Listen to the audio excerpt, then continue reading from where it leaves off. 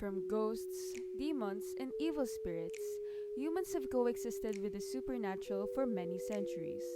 In a world filled with these threats, many believers have called to mediums, psychics, and exorcists to protect them. Today, we learn what it's like to have this gift and how they fight against the malicious forces of the world. This is Anything Ghosts, an interview show about the supernatural for skeptics and believers alike. So good morning, I am Adair Holgado and together with me is a psychic master from online in Manila. So together we are here with Guru Clef, and we'll be introducing him and also be talking about supernatural or seeing supernatural beings. So good morning po. So thank you po for being here with us. Thank you. So before we begin to the main questions, can you please introduce yourself? What's your profession and how long have you been working on it? Well, my name is Clef. You can call me Guru Clef. I am from Las Piñas City right now. And I've been practicing psychic reading for like 15 years professionally. And I'm doing nothing right now. I'm really focusing more of fortune telling and psychic readings most of the time. And it's a good thing to do because you're helping people spiritually. So speaking of being a psychic, Yes. ang kasi nalaman din namin na you can also see supernatural beings or mga ghosts. So na-unlock ba yung from a third eye or? Well, that's a good question because normally if you're a psychic, you also have a third eye. Open third eye, I mean, because it comes naturally. But there are people who are not really inclined with that. Sometimes they have to practice it first. There are rituals that they have to do before they can open their third eye. And it's very dangerous because you see a lot of entities, different types of entities, spiritual beings. So since when did you find out that you have a third eye? Well, that's a good question. At the age of 12 years old, I can also see a lot of elements na. So bigla lang po siya nangyari? Or Oo, kasi like slowly lumalakas yung pagka-third eye? Nakikita ko may mga bata naglalaro sa park ng bahay. And minsan, kinakausap ako. I thought that they're just common people. But I can only see them. But my tita, my uncle, they cannot see it. My relatives, they cannot see it. Only me. So in you po, is it something that's innate? Siguro like passed down by your family? Or parang yung na-unlock mo for you? I could say na it was of the family kasi my mother's side kasi they are really inclined with psychic abilities. I mean my great grandmother is also a tarot reader. So I think sa side ng mother ko, doon talaga ako nagmana.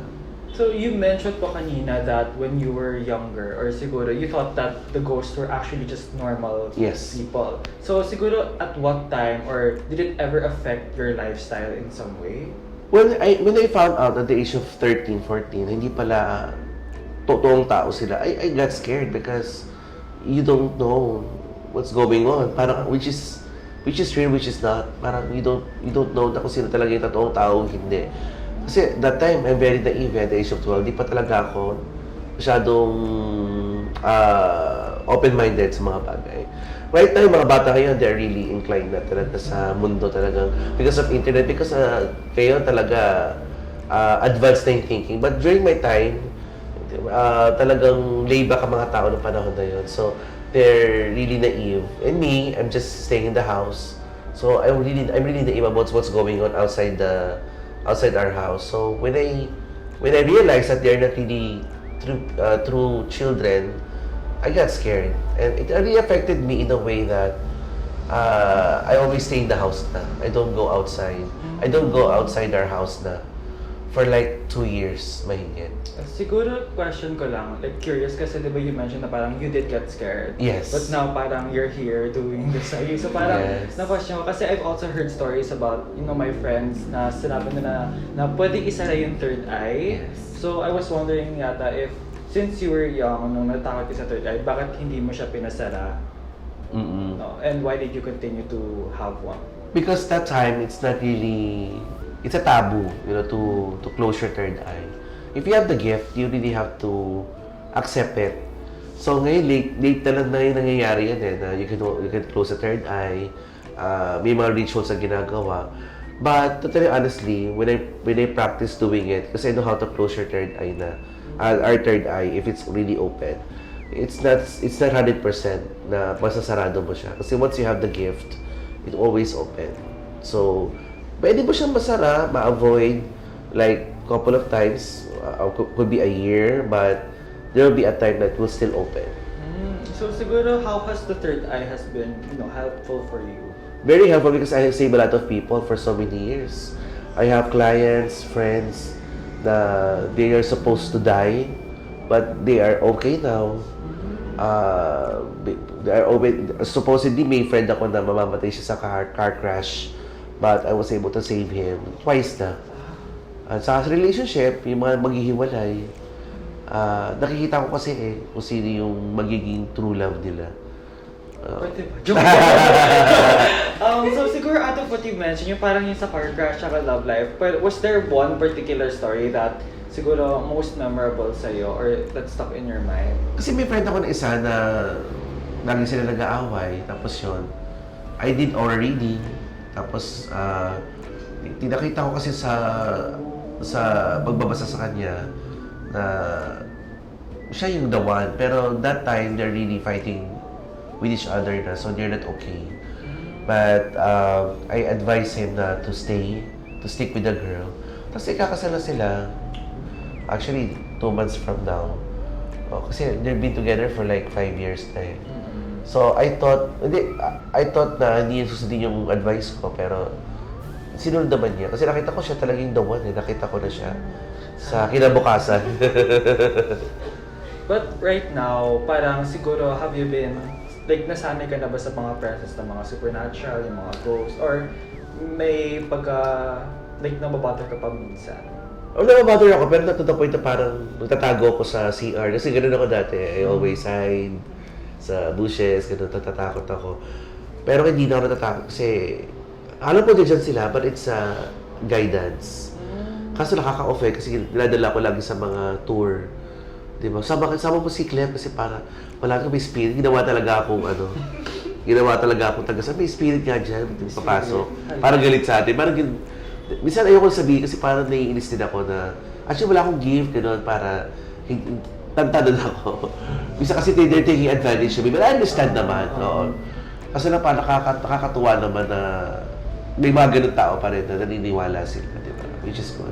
Pero for those na parang walang may third eye, kasi parang yung concept ng ghost parang nakakatakot sa amin eh. So, do you think that they're actually things that we have to be afraid of or not? Mababait naman ng mga ghosts most of the time. They are really harmful. But mas nakakatakot yan yung mga tinatawag nating entities, no? Yung mga tinatawag natin mga demonic entities. Mas delikado yun. Meron kasi tayo yung mga tinatawag na inbound entities, earthbound entities, may tinatawag tayong mga ghosts, may tinatawag tayong spiritual entities, yung demonic entities, like angels. Pero mas nakakatakot sa experience ko yung mga demonic entities kasi talaga sumasapi sila, nananakit sila. Ay, really?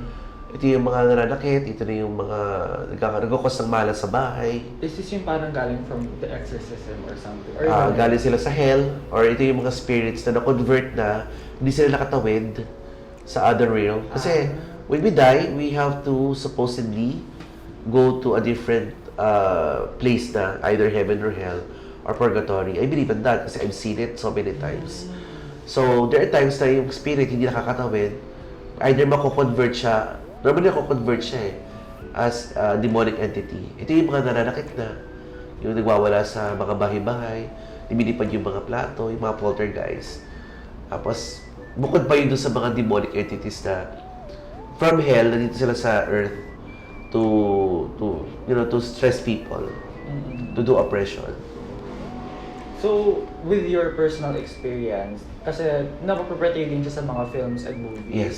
So, would you say na accurate yung presentation ng mga supernatural beings from what we see in media compared to the actual? It's a bit exaggerated lang sometimes. May lumilipad-lipad.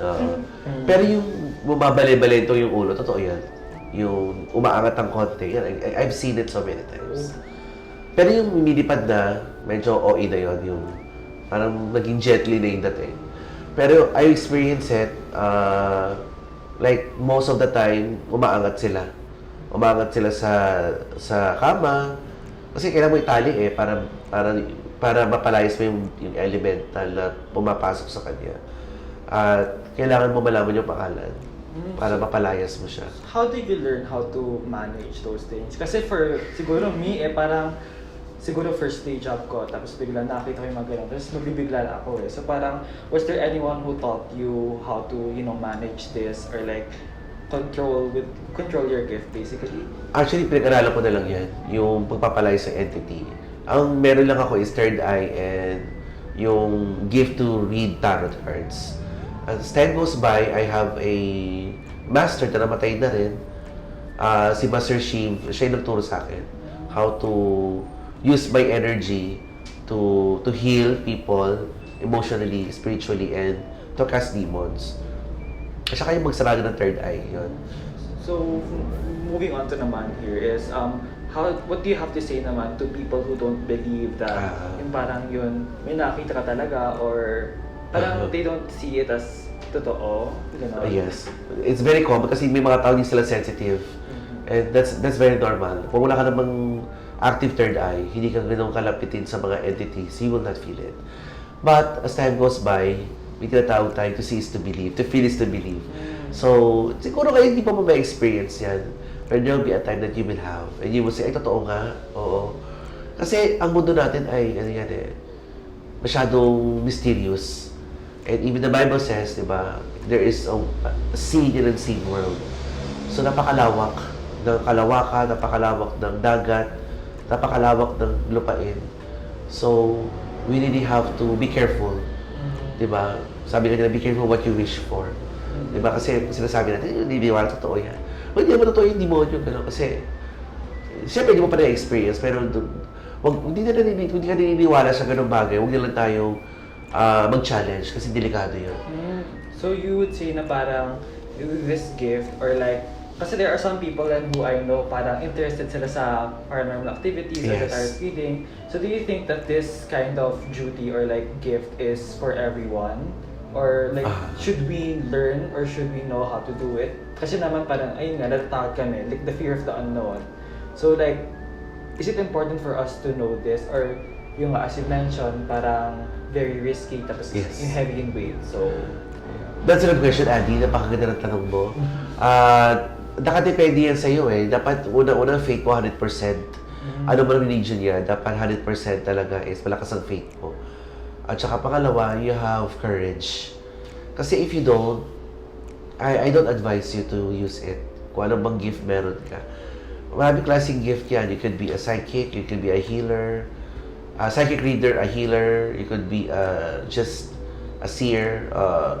So, depende yan. So, kung ano bang gift meron ka, kung kaya mo naman, you have a courage and you have 100% faith in God, there's nothing wrong about it. Pero kung wala yung dalawang yun, I don't think na dapat mo ipagpatuloy kasi you'll receive a lot of challenges. Marami. So even with those people na may third eye, parang hindi talaga, like depende talaga sa kanila. Tapos kung gusto na ituloy yun, no?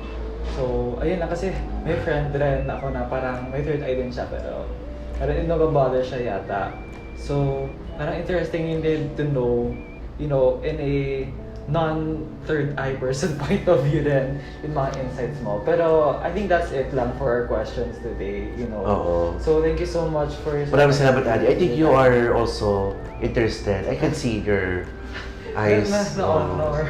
Parang kamusta pa yung aura ko? What? Pero bago lang yan, just to let you know, if you are a psychic, normally talaga ang psychic talaga, marami mga challenges, marami mga frustration.